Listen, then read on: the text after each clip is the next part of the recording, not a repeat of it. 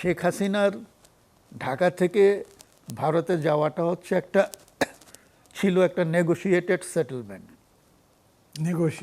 হ্যাঁ, কারণ উনি তো পালায়া যান না, মানে আমরা যদি ওইভাবে বলি, উনি তো পালায়া যান না যেভাবে ওবায়দুল কাদের গেছে, তাই না?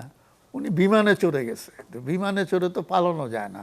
বিমান তো চালিয়ে গেছে, আমাদের পাইলটরা চালিয়ে নিয়ে গেছে এবং তারা ফিরেও আসছে, এবং ওইখানে তাকে রিসিভ করেছেন ওদের সামরিক কর্মকর্তারা। তো সবটাই তো আমি দেখছি যে কোনোটাই তো লুকোর ছাপা না। উনি ফাঁসিতে যাবেন এই ধরনের একটা সম্ভাবনা থাকলে তো উনি আসবেন না, কে শখ করে আসে ফাঁসিতে ঝোলার জন্য আসবে?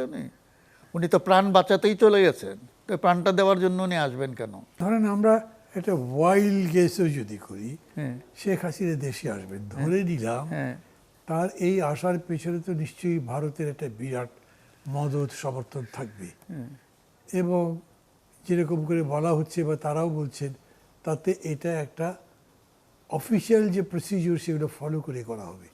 সেই ক্ষেত্রে তার কারাবাস প্রায় নির্ধারিত, যেহেতু তাকে ফাঁসির আসামি তিনি, তো ওইটাতে কমিউট করা ছাড়া উনি কীরকম করে আসতে পারবেন? না, কমিউট না, তো উনি তো এসে আপিল করবেন। তো মানে আগে থেকেই সিদ্ধান্ত হবে যে আপনাকে আপিল করতে দেওয়া হবে? না, অ্যাপিল তো ওনার রাইট, আপিল করার রাইট তো আছে। না না, অ্যাপিল তো করতে পারবেন। আমি বলছি যে অ্যাপিল করলে পরে উনি মানে ফাঁসিতে যাচ্ছেন না, মানে উনি ফাঁসিতে গ্যারান্টি লাগবে, উনি ফাঁসিতে যাবেন এই ধরনের একটা সম্ভাবনা থাকলে তো উনি আসবেন না, কে শখ করে আসে ফাঁসিতে ঝোলার জন্য আসবে? উনি তো প্রাণ বাঁচাতেই চলে গেছেন, তো প্রাণটা দেওয়ার জন্য উনি আসবেন কেন? অ্যাপিলের কি সময় আছে এখন? আর অ্যাপিলের সময়টা হচ্ছে কি, যে উনি আগে এসে আইন যেটা বলে আগে সারেন্ডার করতে হবে, তারপর আপিল করতে হবে। এখন আপনি বলতে পারেন এটা কারাদণ্ড হয়ে গেছে, উনি আসেন নাই, উনি ফিউজিটিভ। ওই যে 15ই আগস্ট হত্যা মামলায় আসামি পরে আসছে না এখান থেকে, ওই যে এক সার্টেন মহিউদ্দিন, আমার নামেই নাম, আমেরিকার থেকে তাকে রিপাট্রিয়েট করে নিয়ে আসা হলো না, এসে তো উনি আপিলও করলেন, অ্যাপিলও গিয়ে তার সাজা হলো। তো সুতরাং উনি দেরিতে আসলেও আপিল করার সুযোগ পাবেন। অন্তত সরকারকে তো এটা দেখাতে হবে যে ন্যায় বিচার হচ্ছে। এখন আপিল হলে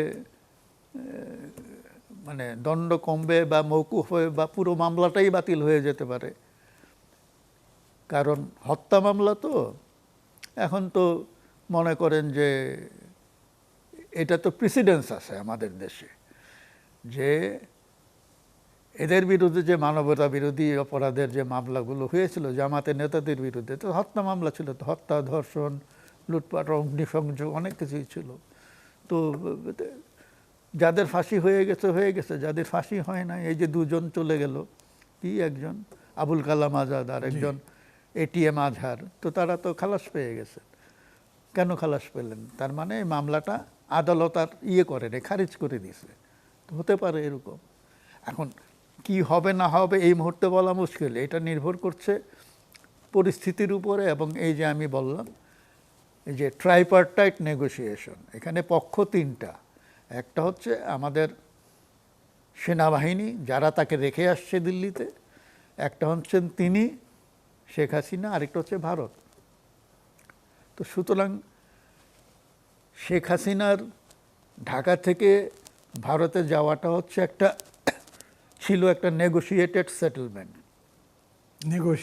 হ্যাঁ, কারণ উনি তো পালায়া যান না, মানে আমরা যদি ওইভাবে বলি, উনি তো পালায়া যান না যেভাবে ওবায়দুল কাদের গেছে, তাই না?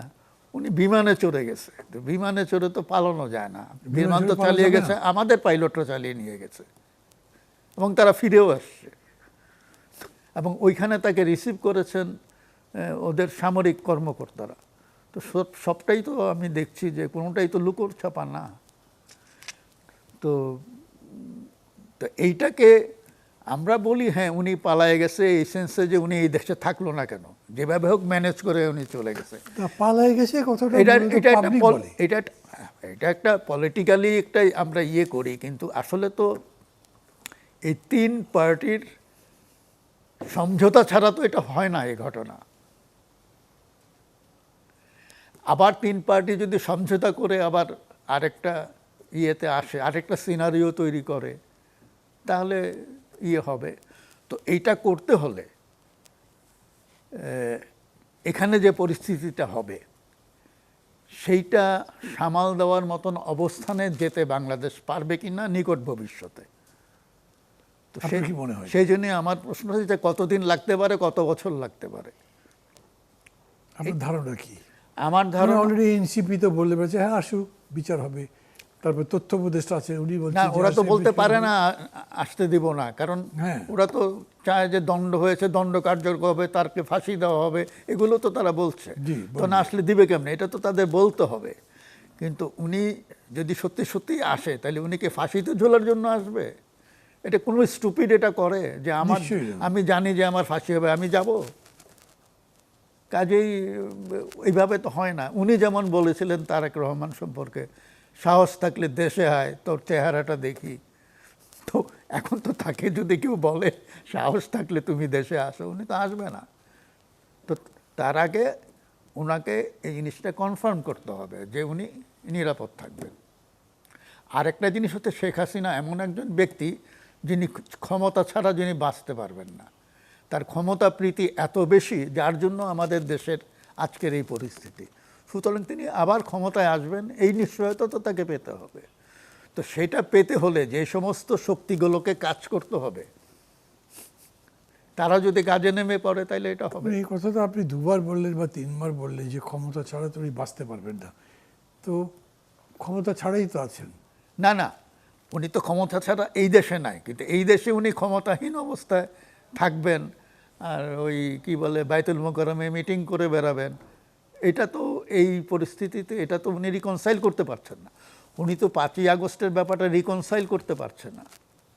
তো সে তো নাই পারতে পারে, এবং সেই জন্যে আপনি যেটা বলছেন যে উনি ক্ষমতা হিসাব করেই আসবেন, কতদিনে কিভাবে হতে পারে। পলিটিক্স হিসাব করে তো আসবেন, উনি আপাত মস্তকের জন্য রাজনীতি বটেই, সেটা করবে, সেটা বোঝা যাচ্ছে। কিন্তু উনি নিজেই বলছেন, যখন সবাই বলছে আপনি গেলে তো বিচারের মুখোমুখি হতে হবে, উনি বলছেন হ্যাঁ আমি যাব। মানে বিচারের মুখোমুখি হতেই উনি আসবেন, এরকম কথা উনি বলেছেন, এবং আত্মসমর্পণ করবেন। মানে দাঁড়ায় তাই আর কি, পলাতকরা ফিরে আসলে তো আত্মসমর্পণই করতে হয়। মানে এরকম একটা সিচুয়েশন কি কল্পনা করা যায়? না, থিওরিটিক্যালি তো ওইভাবে আমরা বলতে পারি। আইন আছে, বিচার হয়েছে, উনি ফিউজিটিভ, উনি আসবে, তারপরে আইনের মুখোমুখি হবে, আদালতে নিজেকে সোপর্দ করবে, জেলে যাবে, তারপরে নর্মাল প্রসেসে ফাঁসি হবে, অথবা উনি আপিল করবে, অ্যাপিলের রায়ে কী হয় এটা তো আমরা বলছি। কিন্তু এই পরিস্থিতিতে শেখ হাসিনার মতন একজন ব্যক্তি কেন আসবে বলে?